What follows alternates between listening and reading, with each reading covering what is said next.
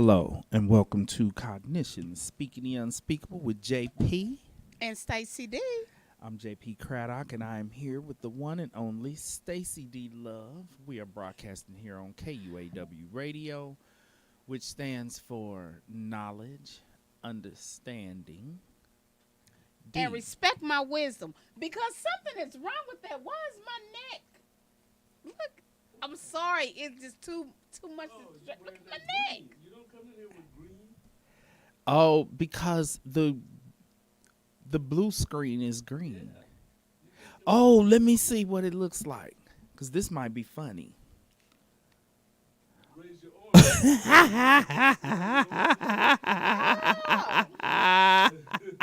There's a green screen. D, Okay, so you can't wear green with a green screen. hell, I'll be forgetting. Okay, look, I pulled my shirt down. There you go. Okay, well, at least And wisdom. for for those who view the show instead of listening to it, you just explained to them why you look a little crazy, because you wore green in front of the green screen. And All it's right. lime green. Coming up, the walls are lime green. Yeah, they are. Yeah. Coming up on the show today, we have our question of the day, which is, which diagnoses make us normal? And we didn't get to this. JP, that's good. We Because we was talking about the stigma that people have with diagnosis, and we were saying, in therapy in general. and yeah, that some of those you have to have. JP be right on it, you guys. Let's go. Yeah, well, and we didn't get to this last week, but we're going to get to it today. Okay, so that's coming up. But first, let's do our check-in. D, you got an update for us? Do you have an update? Okay, you guys. So we're gonna update on my weight.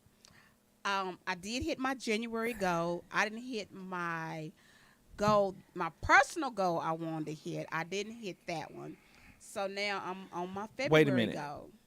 There's two goals. Yeah, two weight Because you goals. told the listeners that the goal the goal was is to is be one more at weight. 199.9. Exactly. So every month I try to lose at least 4 pounds. That's Okay. the stress. But I get on the roll and I want to hit like 10. Okay. So I was 2 points from hitting my 10 points. So I lost a total of 8.5 points last month. Okay, so there's 8.5 pounds last month. so you hit the primary goal. Yes. But you had set a secondary goal. Yes. I always Okay. do that.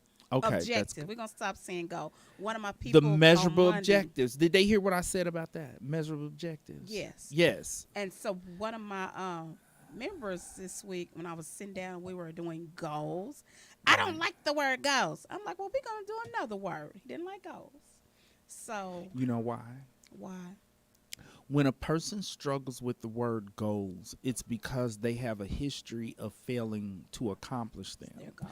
And so when they hear the word goals, it almost increases their anxiety that they're going to fail. It did. It did. So him and I thought of another good word. And What was it? Objectives.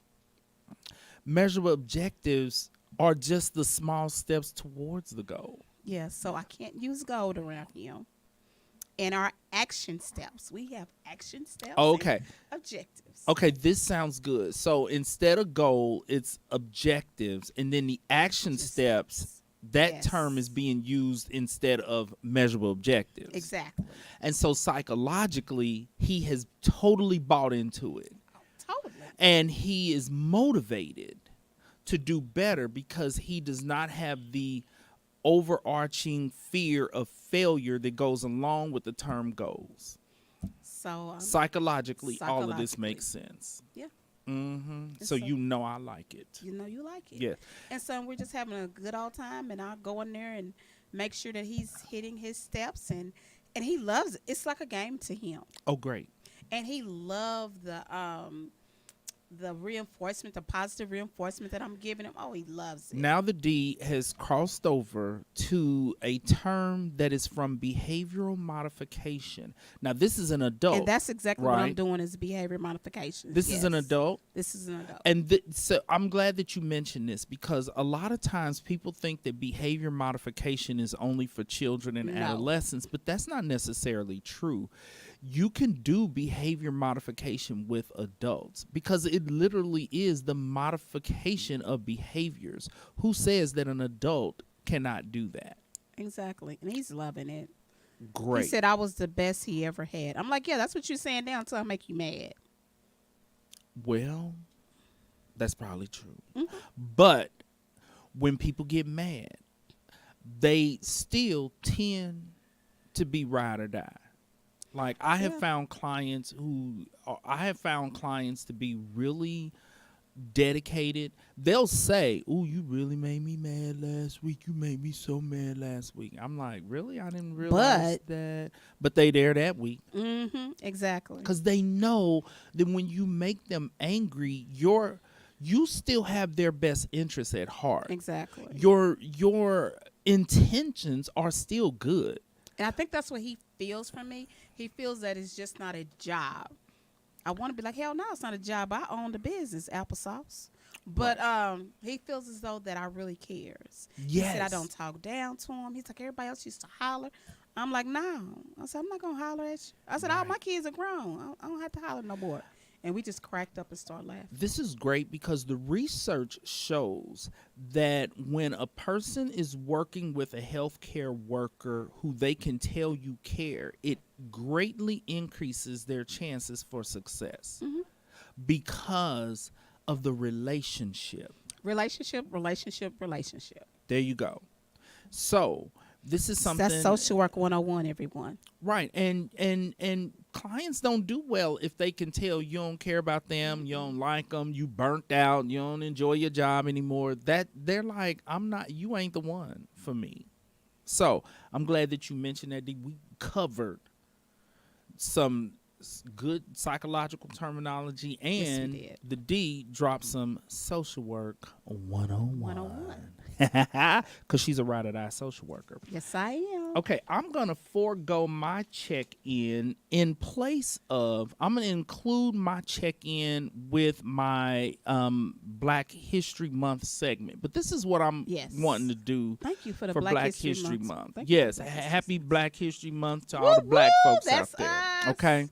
And so, but instead of focusing on history, I'm kind of wanting to do present day topics. That's good. For Black History Month this month. Now, you can bring in some history, D, if you got some history that you want to I always have history. Okay. You remember, I went to a black elementary school. It was deep. Deep. Okay. So the D can disperse some history over the course of the month, and I'm going to address some present day things that affect black folks, that affect us as a people. Okay, so I'm going to hold off on that. Let's get to mental health and illness in the news. This is interesting. Woo woo.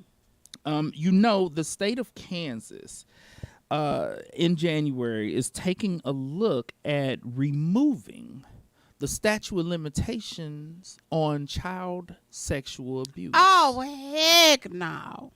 No. You're not understanding me, D. Removing the statute of limitations, which means if a person molested a kid 25 years ago, they can go to jail for it.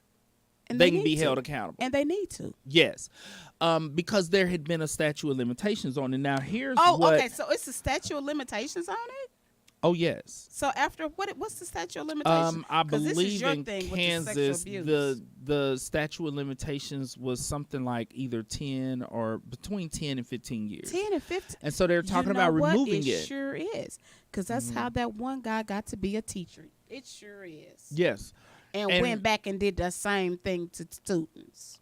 Well, in Kansas. It was in a little bitty town. Because of the statute of limitations. Yeah, it was like about 8-9 months ago. Yes. Well, so Kansas, I'm going to talk about New York in a minute. But Kansas is taking a look at removing this. Good. And what possibly played a role in it is the Catholic clergy. There's a Catholic clergy task force.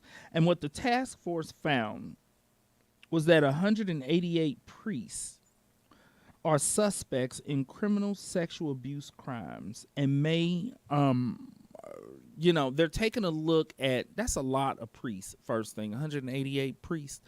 And so it is for that reason. They're not necessarily, they're saying it's coincidental that that report came out around the same time that they decided to take a look at the statute of limitations. But come on, let's keep it real.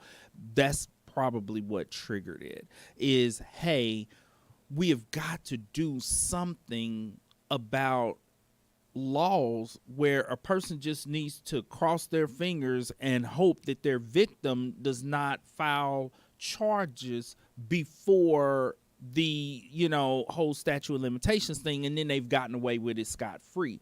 Removing the statute of limitations sends a message to offenders. I can be held accountable for this 30 years from now, 40 years from now. That's like when these boyfriends are coming in and molesting your children and telling them, you better not do nothing. You better not say nothing. I'm going to kill your mother. I'm going to kill your mama. That's what they always say. Now you're grown and you're able to protect your mother. You can go head on and let someone know what's going on. Mm-hmm. That's a good one. That's really good. Now, we have to address the other side. Because there's always another perspective. It's always two sides. And we need to be fair.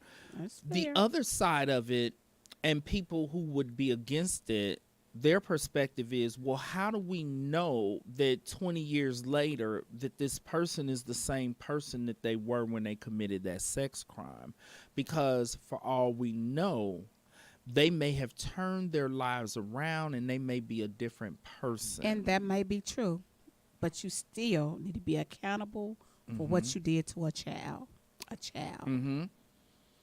Here's the thing. You have to remember there's different types of sex offenders. That's true. So, and JP is the professional on this. He I'm did trained it with in this. Everybody else. I couldn't do it, didn't want to do it. What I do It's it for like intense. 2 days, and I was just like, JP, I can't. it's can't do intense. this. It's too much. intense. It's way too much. But yeah, I went through extensive training at the Center to Treat Sex Offenders. Here's where it gets a little sketchy, is in the cases of statutory rape, where you have your 19-year-old and his girlfriend 16, who 17, is 16 or 17, 17. and then, Parents 30 get years mad. later, he may get held accountable for that. They track him down. He's married to somebody in his age group. He has not had any other relationships the 16, with underage 17-year-old girls. was really almost in his age group too. It was only a couple of years, but I know by law. By law. Yeah. And so that's where it gets a little sketchy, because, it's like, okay, I'm not that person. Or in cases where it was single incident sexual abuse, that's where it can get a little sketchy if this person is held accountable 15, 20, 30 years later. And it's like, okay, I'm like living a regular life. Like, I was engaged in a date rape situation per se, if that's what it was. Or, when you look at it from that perspective, it does make it difficult to review those laws around the statute of limitations. This is not going to be an easy thing for them to sort out, because you have to look at it from all those other angles. Well, the law is not fair. Well, here's what I think that they should do. I think that they should remove the statute of limitations dependent upon the sex crime, dependent upon if it's a repeated offender or not, dependent upon if, we're talking about, because a pedophile, pedophiles are not amenable to treatment. And so they're like, because pedophiles are attracted to prepubescent children. Yes. That's what they like. Yes. You're not going to change that at what all. a person is attracted to. And so there definitely should not be a statute of limitations applied to them. I agree. But to your statutory rapist who had a single incident, he's 19, she's 16. I'm not sure that it should be applied to that situation. I agree. And because, mind you, younger women love the older men. I did. Right. And so all them older men that you were dating could be still in prison today. Exactly. If your mom had decided Oh, it's my time to dad wanted hold to. them accountable. My dad, even back then, my dad wanted to. But my mother was like, no. Right.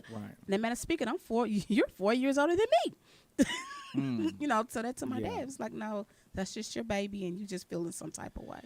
Yeah, well, yeah, because you know how fathers are with their daughters. They don't play that. You don't come That's bringing right. your grown self around my baby. Even though the D was saying, "Come on over here, come on, now. I got, come on meet now, I'm me ready at for the you." bus Meet me, stop. at the skating rink. At the skating rink. The In D your was car, like, because the D you was better like, have "Come a on." car. The D was like, "Bring it with your grown self, bring it." Okay, and so D. What? It's the truth. We speaking the unspeakable. Oh my God. So when you look at it from that perspective, those men are benefiting from there being a statute of limitations in place, because if there wasn't one, your daddy could hold them accountable today. He wanted to too. And they done moved on with their lives. Exactly. But So- and he still brings it up. I just talked to him yesterday. Because and he he's brought not it up. playing these games. He's like, I want them held accountable. It was so fun. And you like, Dad, they in their 50s. They Might- are might not be still 60. dating teenagers. Listen, might be 60. 60s because there was some old nasty. Okay, so your daddy might Wait, celebrate. hold on. What you want? Listen. What you want to say, Professor? What you want to say? What if the young lady? He told you get on the microphone. Get on the microphone. Professor, you got a microphone You right got a there. microphone. You You ain't gotta gonna be come on all my over microphone, here. Professor. Now hell. What if they had a child since she was younger? That's what happened to me. Yeah. I'm just saying. I man, was everybody 14 and he looks was at Her 19. parents could have pressed charges. Yeah, her parents, Yeah. if you all could not hear the professor, he's saying, what about situations where a child is the product of that relationship? And the D is saying that's what happened to That's her. what happened to me. And your parents could have held those my guys daddy accountable. was heated. He came up here with 4 guns. If they remove the statute of limitations, your father will be able to hold them accountable. So you would have to go to court and deny having relations. But It when was a good. child is I didn't know exactly what I was doing, but I did enjoy it. Oh, I'm sure. Oh Lord, the D about to talk about how much she enjoyed it. I didn't really know what I was doing, but They showed you.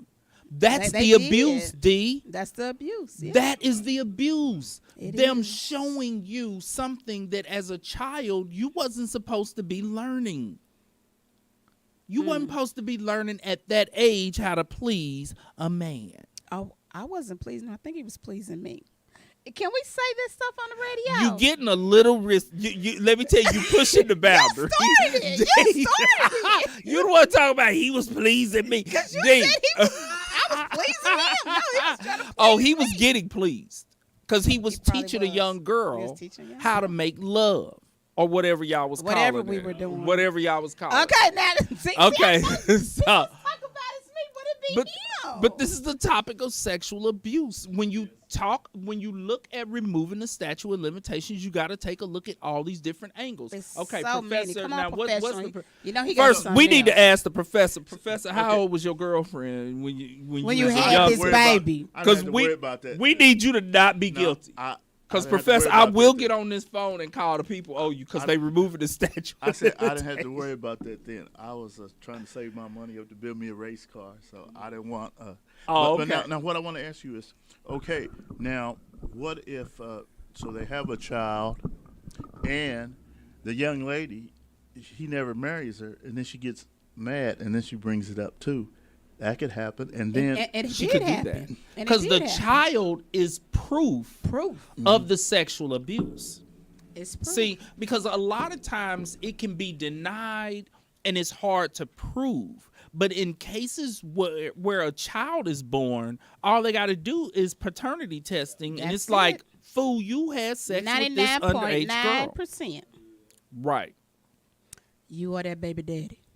You that baby daddy, and the mother was underage, and now you going to prison, even though it was 30 years ago. That's So, sad. See, now, D, you not so, because you immediately was like, I was. get rid of the statute of limitation. Now the D's like, oh, some of my men, see, because you don't want them locked up. No. Your daddy do, though. Oh, hell yeah, he did. Right. Still do. So this is controversial. Okay. Now, in New York, they removed the statute of limitations, period, not just for child sexual abuse cases, which has resulted in Mike Tyson facing a $5 million lawsuit No, not Mike Tyson. for allegedly raping a woman back in the 90s. And I don't believe he raped her. Of course you don't, D, because if Wait a minute. somebody's famous, the D thinks that they can't be a degenerate. You know what? I'm about to stop doing that. You need to stop I'm doing gonna that. stop Don't make doing me that. Bill Cosby, R. Kelly. Okay, hold on. You are I think defending R. these Kelly- people as if they are better Hold on than a regular minute. people. Free R. Kelly. I think somebody. Did you just say free R. Kelly? Wait a minute. Chicago. Was it Chicago and New York just dropped all their charges for R. Kelly? There's Can I there's have my multiple researcher to do there's it? multiple cases I and know, charges but I against think R. it was Kelly. either Chicago or New York dropped their charges. It's so for many R. Kelly. charges against I R. know, Kelly. He's I not know. going free. This whole free R. Kelly thing. I know. D, I understand. need you Okay, to look we're at not this gonna talk psychological. about R. No, we Kelly. have to. Because when it comes to these celebrities, you hold them to a different standard, and the problem is they hold themselves to a different standard, which is the reason why they run around committing these sex crimes. Because in their mind, they are better than you and me and every other person who is not famous. So why shouldn't they be allowed to do whatever they want to do? So then when they get busted and the D is like, they didn't do it, set them free. D, these are regular MFs just like everybody else. You're going to get in trouble for your okay, wording. Yeah, okay, He because got a we little on the bit air. too hyped, didn't he? Because we on the air. And you know Okay. my virgin ears can't listen to all that cussing. I didn't say the words. Now words. you acting like my granddaughter. But- Sugarloo. What the hell is Sugarloo? My point is, like these, they are they need to be held accountable the same way. If your next door neighbor did any of the things that R. Kelly did or Bill Cosby did or Mike Tyson, who served time in prison for rape before, Yes, if he you recall, has. you would want your neighbor held accountable. So why these fools, because they singing and telling jokes on a stage, can't be held accountable because they boxing in a boxing ring? So this woman, this is what New York did, though. They did it a little differently. What do they do? They set a 1-year time limit on bringing your case forward. And so what they basically said is, we're going to remove this statute of limitations, and this is under New York's Adult Survivors Act, which gives survivors of sexual abuse a 1-year window to file complaints that would otherwise be prevented by the statute of limitations. And so this woman, she was like, I'm coming forward. It was in the 90s, but she was in his limousine. He tried to give her a kiss, and she was like, But why are you in his limousine? anybody can be in somebody's limousine, D. That don't mean you rip their panties She off was a and rape them. groupie. I just think that, and I am a woman. Groupies deserve to get raped, D. No. Groupies don't Stop. deserve to get We're raped. not finna do this right now. He No. ripped her drawers off and raped her in that car. And I understand no means no, but sometimes you just shouldn't put yourself in those predicaments. I mean, like, really. D, you're blaming the victim right now. I know I am. This is you would lose your whole social work degree if any school of social work heard you say that. Now, a minute ago, you social work 101, and now you are speaking against everything that Yeah, mental I health just- and social work stands for. I just believe stranger danger. You know, stranger danger. I'm not gonna put myself in that predicament. But a person has the human right to be anywhere they want to be. Why a Exactly. woman can't be wherever she want to be? you in a limousine. A woman can be in a with limousine crazy with somebody. Mike Tyson by yourself. He picked her up in the limousine. She says, quote, he then pulled my pants off And and he did violently raped me.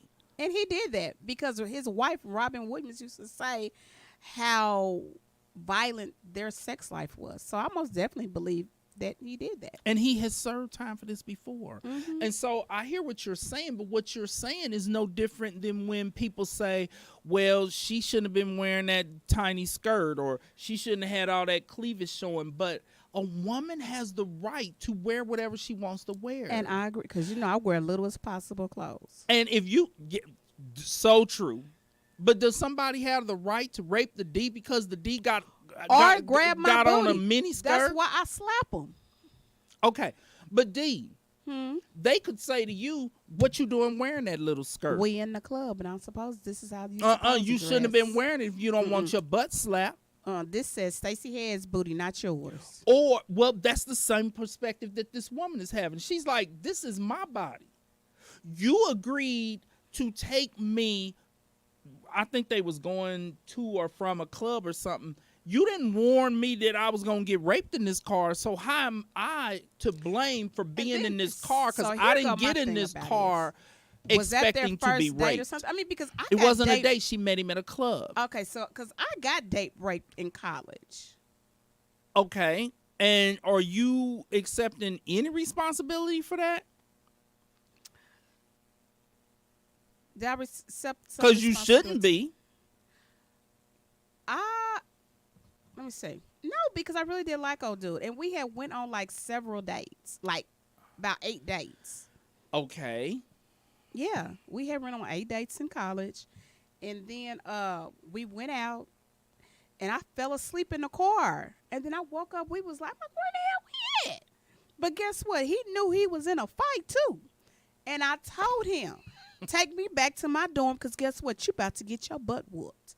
So I went to my cousin, who was my first husband, and went and told him. This is not her biological cousin. Let me just say, we already been through this. Yeah, the D is not a hillbilly, I'm just not a heel. hillbilly.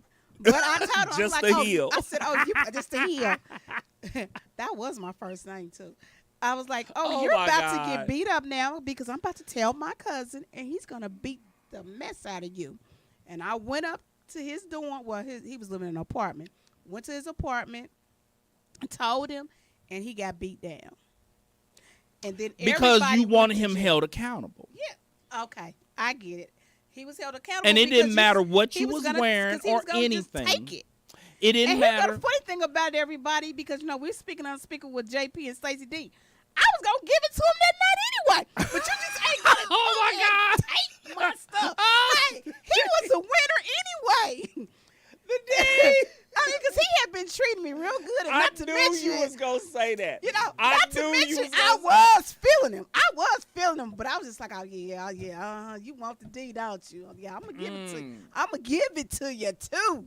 But he didn't know you were. He didn't know, so he just gonna like come off of like I remember it. That's just how much it's sketched in my mind. He was like, because mind you, in college they called me D too. He was like, D, baby, I'm really feeling you. I'm like, I'm feeling you too. Then he gonna say, but I've been spending money on you. This is our 8th date, and you're gonna want to come on and have to do something. But here's the thing about rapists. Let's talk about that particular type of sex offender. If you would have got in the car and immediately threw yourself on him, that would not have been as arousing as committing the act of rape, because rape is not just about sexual gratification. A lot of it is about power. Yeah. And so him not knowing that you was already ready to give him I was ready. in his mind, he had to conquer you to get it. And that was sexually arousing. I guess it was, because when he told me that, I was like, oh, so you just gonna take it? He was like, nah, I ain't saying all that. And by the time he said that, I done already hit him. Well, that's good. And we was fighting, and it was a bad And this situation. is despite the fact that you went along with him, you went on a date with him, you was in his car, because none of that mattered, because your body belongs to you, and you can put your body And anywhere you want tell to. me what you gonna do, because like I said, you was gonna get it anyway. You was already winning. But he But didn't then know. but then you gonna tell me? Said, gonna Right. D have issues about power. You're not Your- gonna overpower me. Right. Authority. So when it comes to your body, you have the right to dress it in any manner you want and to put your body wherever you want, and a man still ain't got a right to take it. Okay. Okay, JP has won, you guys. I have to agree. And then let me tell you, then he gonna tell Look, me she's still after I start beating him up and She's stuff. still upset about I what know. he did, Told y'all to go as all you the way should back. be. And then he gonna be like, get out of my car. I said, if I get out this car, you're not gonna be able to drive it. Take me to my dorm. So-and-so, Now, what so-and-so. state were y'all in? We was in Kansas. I was in Pittsburgh. Okay, because here shortly he will probably be able to be held accountable. But he didn't complete But he got in trouble. No, the act. He attempted. he attempted. But they Right. still called it date rape. And he still got on probation behind it. Oh, really? Yeah, because my cousin / husband beat the poke out of him. My cousin / husband. So I had to, so they was finna arrest him for Assault. aggravated assault. So I was like, no, he was protecting me because of da-da-da-da. So mind you, we're in a little bitty town. And football and basketball is what Pittsburgh, Kansas live for. Right. And both of these were football stores on a football scholarship. Oh. Yeah. So both of them got on probation. Wow. Yeah, both of them got on probation behind it. Yeah. Because athletes get the special treatment that Yes. the D pays to celebrities. Okay, I get it. You have reformed. I'm reformed. Don't you say it. You I'm was about to reformed. say free R. Kelly. You better not, D. I could tell what you about to fix your lips to say. Well, dude, you've been Don't knowing me for over free 30 R. years. Kelly. You should know. You should. Shouldn't everybody? 30 About to years? say free R. Over Kelly. 30 years of friendship? Come on now. And I'm over here like, fry R. Kelly. Right. It begin with an F. It's all about an F. Okay, come on. It's 2:30. 2:33. Let's Okay. move on. We're making good time. We're making We good are, time. because Because- last week we didn't get to do anything. Well, because we was talking about the Parent Trap, but No, it the was- parent test. the And parent our test. listeners, Oh, the please. Parent Trap is a movie. It sure is.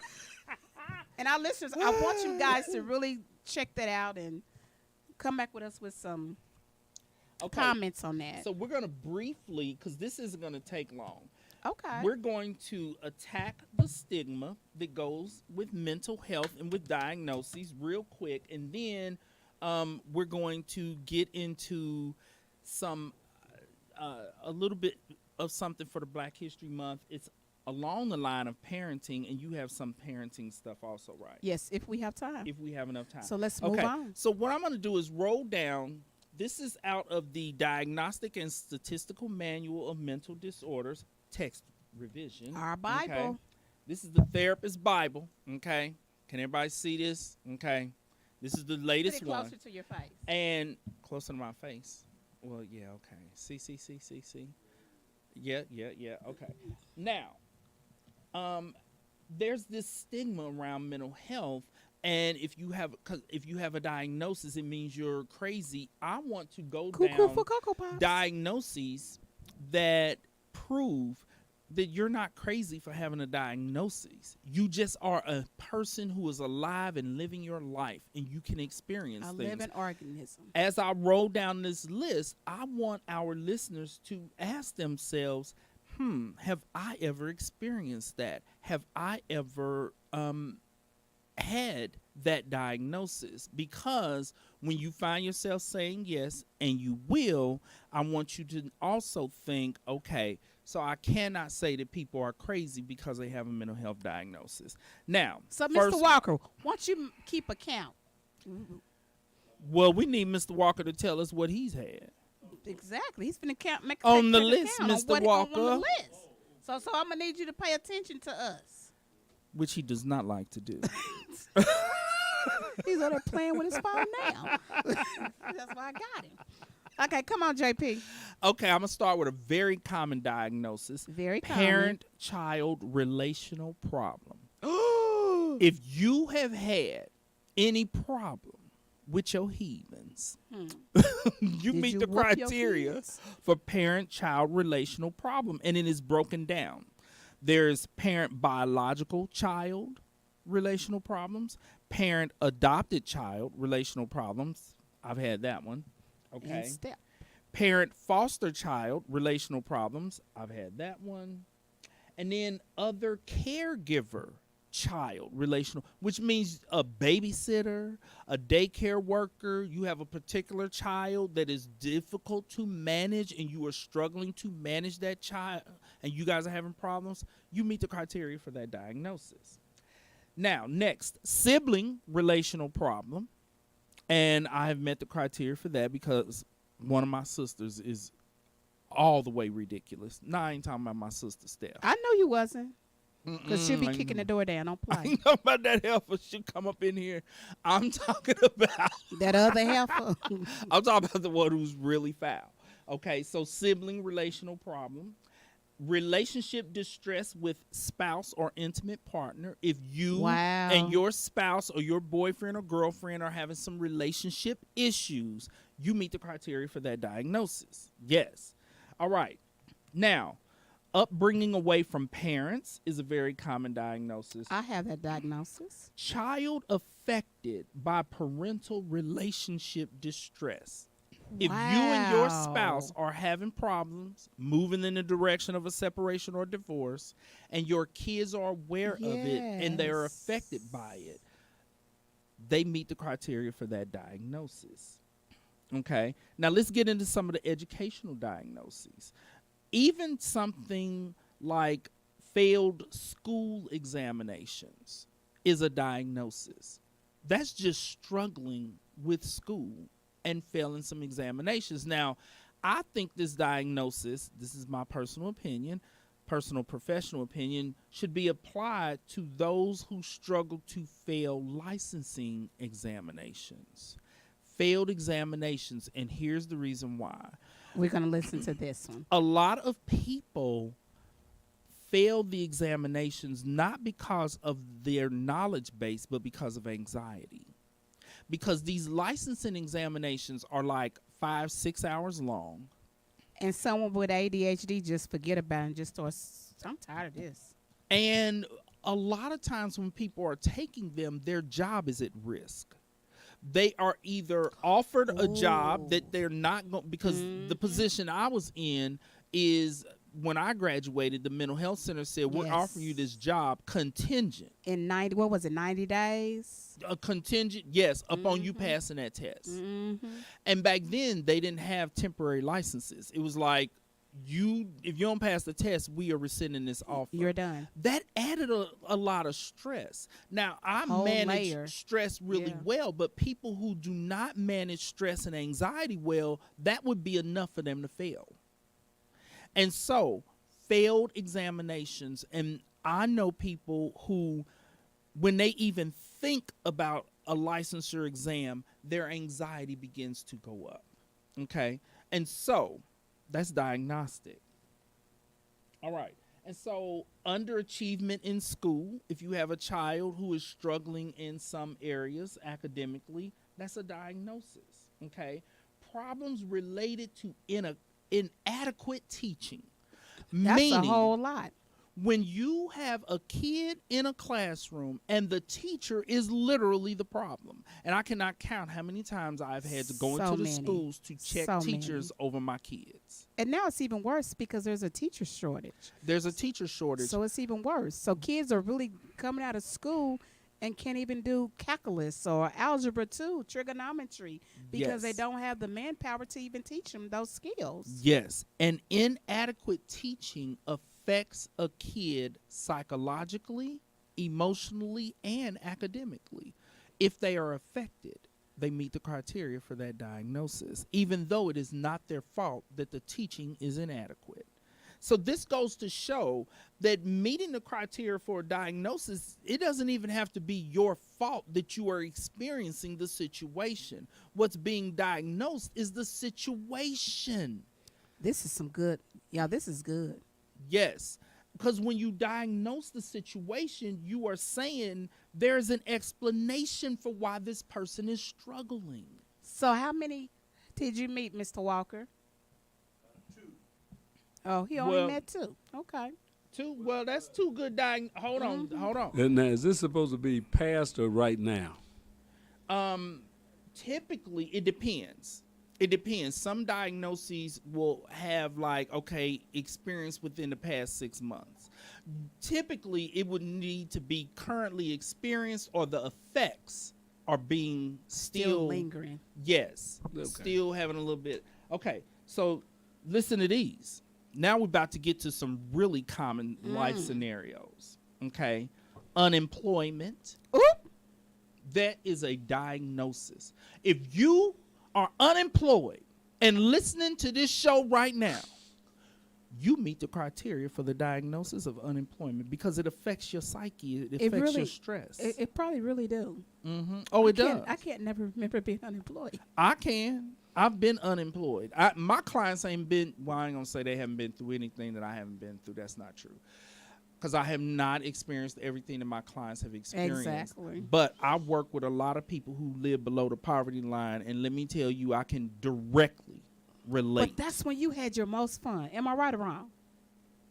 When I was broke, yeah, I had a lot of fun. We had a lot of fun being Yes. broke, boy. But unemployment is stress because when I graduated from college, I got an immediate summer job. But then after the summer job ended, I was unemployed until January of that next year. And so the summer job ended in August. I was unemployed from August to January. I was doing some temp jobs, but that isn't regular employment. That's okay, let me show up at this place because I need That's some what they money. doing now, I need though. gas money for the car. Okay. So For that Cadillac. a big Cadillac, a big old 1979 Cadillac that But was gas burnt wasn't nothing orange, but and the 75 orange was cent a gone, so gallon all that then. was left was the burnt Bert. That's a good one. and the rust. Change of job is a diagnosis because it is yeah. stressful. Threat of job loss is a diagnosis. These are things that people come to therapy for. I get a lot of Yes. people who come to therapy because of job-related problems. All of these are occupational diagnoses. Stressful work schedule. Yes. And I remember working overnight at the mental health center, fell asleep, woke up 4-5 hours later, and all the executives was coming in, and I'm laid on the couch sleep. Laid out. Laid out because I couldn't handle the overnight shift. I couldn't handle it. That wasn't my thing. Discord with boss and workmates. If you having problems with your boss, if you having conflicts with your coworkers, that is a diagnosis. That's a diagnosis. Uncongenial work environment. Just the work environment. It ain't right up in there. But you still got to go every day because you got kids to feed. That's right. You got to feed your kids. Okay. So sexual harassment on the job. And then anything that wasn't listed, other problem related to employment, which means anything else that you are struggling with in the workplace that is not named in this list of diagnoses above, it meets that one. Okay. Because people come to therapy for this. Okay. Homelessness, inadequate housing, discord with neighbor, lodger, or landlord. That's a diagnosis. I have that diagnosis. One of your... My daughter. Would you quit? Your daughter ain't the problem. And it's my your granddaughter. Yeah. They're lodgers. Okay. They done gave you a diagnosis. Tell your grandbaby pull it together because she done gave Honey a diagnosis. Okay. And then, there's other housing problems. Economic diagnoses. Food insecurity. You got food today, but you don't know what you going to eat tomorrow. What you going to eat tomorrow? That is a diagnosis because it's stressful. Lack of safe drinking water, that doesn't apply around where our water is bad, Sometimes, but it because ain't that we bad. have had boiled Boil orders. board orders before. Yes. Yes. Extreme poverty. I have definitely met the criteria for that diagnosis in the past, okay, because I was a broke college student. Well, we all I already are. talked about having to go to the bootleg dentist across the hall from the dorm Ooh. who pulled my tooth without numbing me.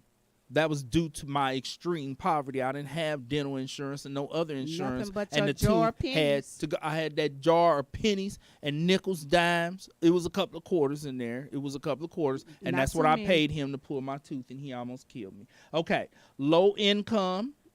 So you don't even have to be experiencing extreme poverty. Low income is a diagnosis. Okay. Insufficient social or health insurance or welfare support. Yes, Because I was a poor college yes. student. I didn't even know I could get Medicaid. They Like, don't tell you.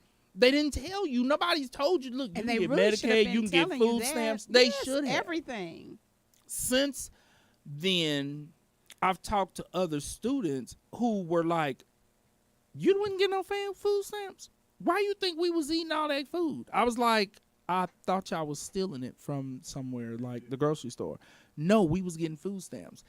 I didn't know. I thought you had to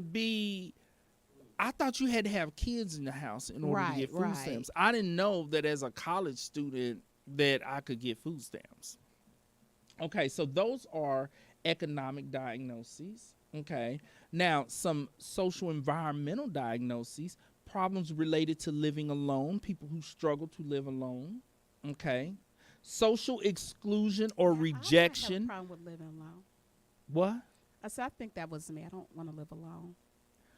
Every week you say your daughter and grandbaby I got to know. get out of that But house. I think I'll feel some. I have never lived by myself before. Why are you rushing them out that house? I don't know. Don't rush them out that house, D, until you resolve this I diagnosis. know. I've never. I mean, I've been with somebody ever since I was 14. Wow. Yeah, that's Been going to be a married. huge Yeah, adjustment for It's going to be you. a very huge adjustment. That's what But I'm you going will adjust to it. You will. People do. Okay. And so the list goes on and on and on.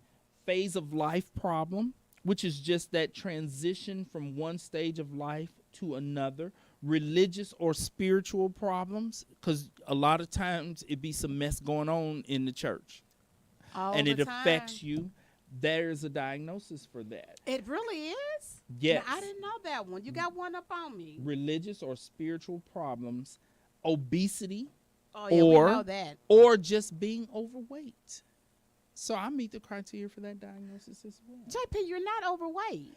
According to the doctor, I am. Okay, And he was that's- bigger than me. I was like, who the hell you telling who you calling big?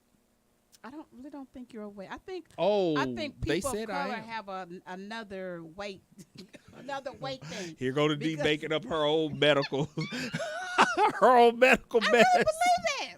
Oh, the D. Okay, that's so me. that's us attacking the stigma around mental health. Like, please stop running around, because I'm having more and more clients who are coming in and their family members are judging them and ridiculing them for being in therapy and for having a diagnosis. And what I'm explaining to them is everybody in your family has a diagnosis. Everyone. So they just don't know it. But don't allow them to make you feel less than because you're actually getting help with yours. All right. So let's get to Black History, and I'm going to mix this with my check-in. Okay. Now, this morning, my baby, Sasha Pooh. my Sashi Boo, my baby, started her Black History lessons. Okay. She 3, About to be 4. about to be 4. About to be 14. And ABC Mouse, love ABC Mouse.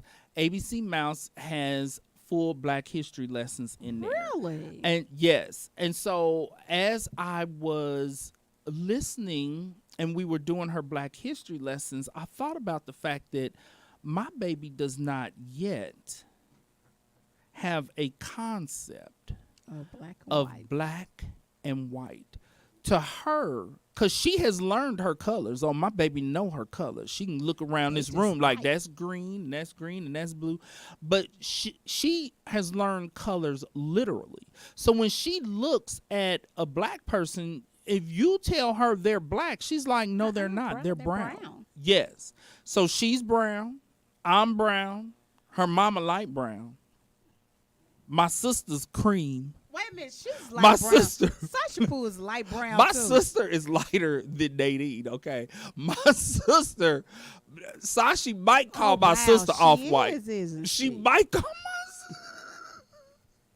my sister's the color of our cream. Not only the primary color, she knows all the colors in between. What the blue and the green make. That's purple. Listen, light brown. I would say this and because I know my vanilla. sister's not listening. I have cream leather seats in my car. That's the color my sister is. So Sashi might be like, TT's cream. TT's cream. And so I was listening to her ABC Mouse lessons, and I was thinking about, because they were talking about, black people weren't allowed to do this and black people weren't allowed to do that, and sometimes they would use the term interchangeably with African American. But I was like, my baby has no idea what this is about. She does not understand the separation of the races.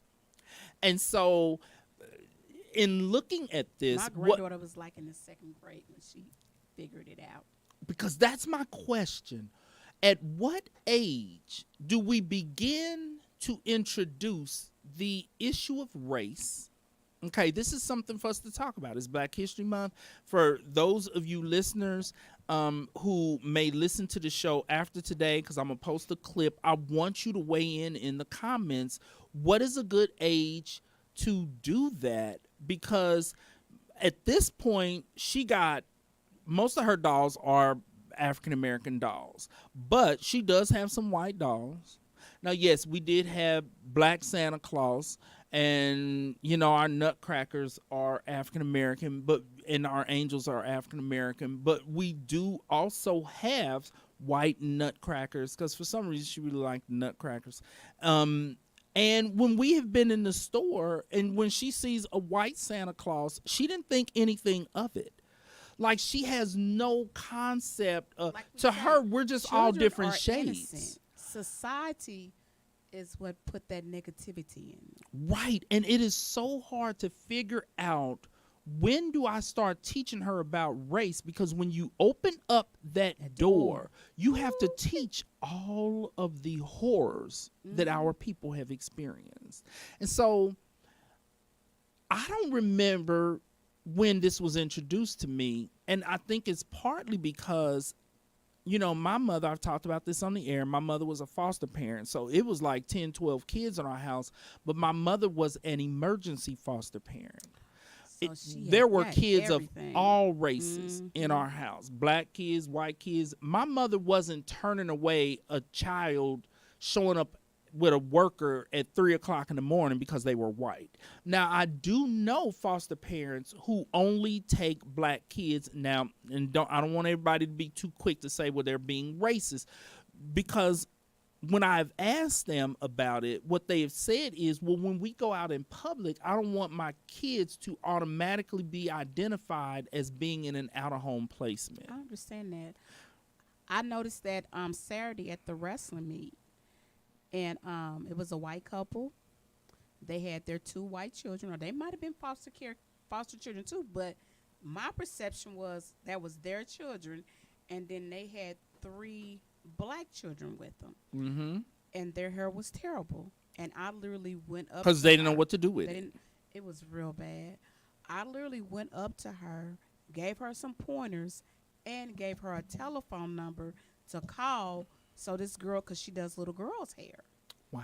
I mean, because once again, if we don't, and there was 2 little girls and 1 boy, if we don't pour good energy into our young girls for them to be great women.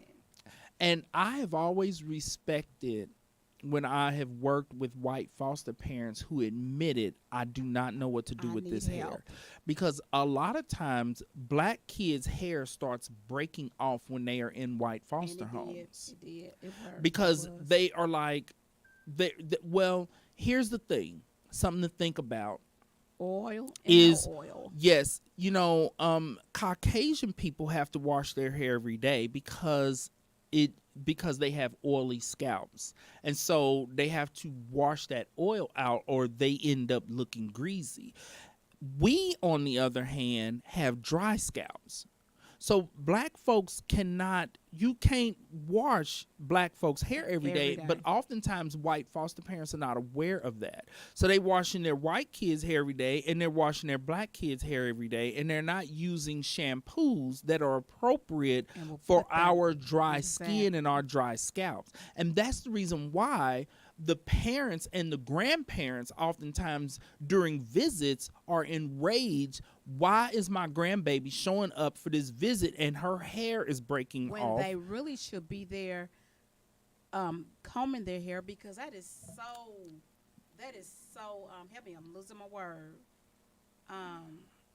You talking about the grandparents need to be Yeah. taking care of the hair during the visits. Exactly. Show up during the visits with all the hair care products. Absolutely. The problem though is if they're having visits, even if the visits are once a week, if you have the foster parents who are washing that kid's hair every day, it doesn't matter what grandma does to the grandbaby's hair. And this is usually when the grandparents are in the process of trying to get custody of their grandchild. But by the time they get that grandbaby, that baby's hair is gone. It's brittle, it's broke off, etc. And so back to what I was saying, I don't remember race being introduced to me because it was always there, but it was always addressed from a perspective of we're not discriminating against people because of their race. We're not going to discriminate against these kids because they are white. Because I lived in a black neighborhood, and so my mother's white foster kids were the minority in the house, in the neighborhood, in the school, like they were.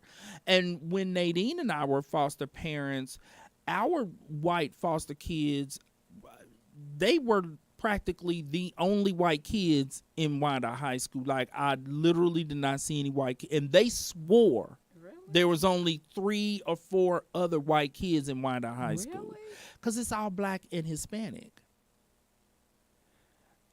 And I enrolled. I thought it was a little bit more, but no, because everybody's moving. I dropped off and picked my kids up every day. I didn't see no white kids coming out that bit. That's why I was able to spot mine so easy. Boop, there they go. They're my hey, there they go. Because they stood out. And so, D, you tell me,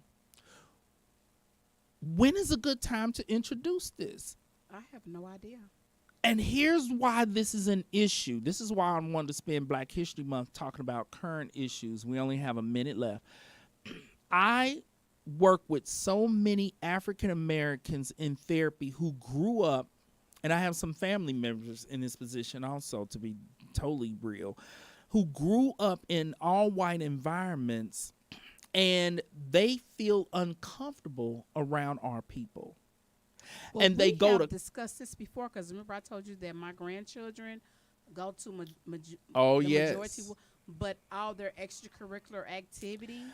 that is the solution. Yeah, And so you have to balance it out. but there's a lot of young black people who their extracurriculars did not involve black people, and they are actually uncomfortable. Like, Wow. I see can see black that, though. college students who are very open about the fact that they're like, I don't feel comfortable around black people, and they feel more comfortable around white people, and the risk of racist comments being made, they would rather take that risk than expose themselves to their own people. Wow. And so when I'm seeing them, especially because I see a lot of students who go to K-State, which is where I graduated from, I was at K-State. I'm in a historically black fraternity. And so I'm getting young black males who are living in a white world on the same campus that I was on, to the point where they don't even know the names of the black fraternities. Like, they are submerged. They pledge they pledge white fraternities. The females pledge white sororities. Honey, my Yes. granddaughter is she's all about the AKA the apple green and Lisa Pink. What you talking about? She's already. Yes, but And my boys are straight have noobs. we have young black people who are so far removed and detached from black culture It's really sad. that they feel more comfortable living in a white world. And they'll talk about it in therapy that occasionally somebody will say something racist, or, And how do they handle somebody will call them a monkey and be laughing about it. And You they know, I'm kick just in kidding. too. You know, I'm just playing. yeah, but they still would rather deal with that than deal with being uncomfortable around black people. And so the other thing we have to look at is us as black folks. How do we interact with our peers who we can tell they're out of touch with us? How can we interact with them in a way where they don't feel uncomfortable, like they're going to be judged and told that they're not really black? Yeah, they're Oreos and things of that nature. Yes. So they can get it on both ends. And the funny thing about that is that generation is really raised from a generation like ours. And they, Oh, yes. And they got money and wanted to take we know it's about to, but this is good. So Yeah. hold up. You're gonna The pay D's $25 like, more dollars. The D's like, we ain't done yet. Let me tell you, but that's true. Yeah. Because I have frat brothers who, Look what these I did. fools are full on black, but their kids, because they raised them in the suburbs in Trying to give them predominantly a white better schools, education. and their kids better- have gone a to better- college yeah. and pledged white Greek Oh, organizations wow, really? and live in a white world. Oh, wow. Okay. And they white friends have no idea they got these well-paid, educated, ghetto black parents at home. Come on, say it, ghetto. Come on. All right, We that's better our go show there. for today. Yeah. We got to wrap this up. This was good, you guys. Thank you all for joining us. Happy Black History Month to, Yes. black folks and to all folks, okay, because black folks' contributions have helped America overall, okay? Oh, yes. So happy Black History Month to everybody. Thank you for joining us, and remember, worry about nothing. And pray about everything. Thank you, and God bless. Bye-bye now.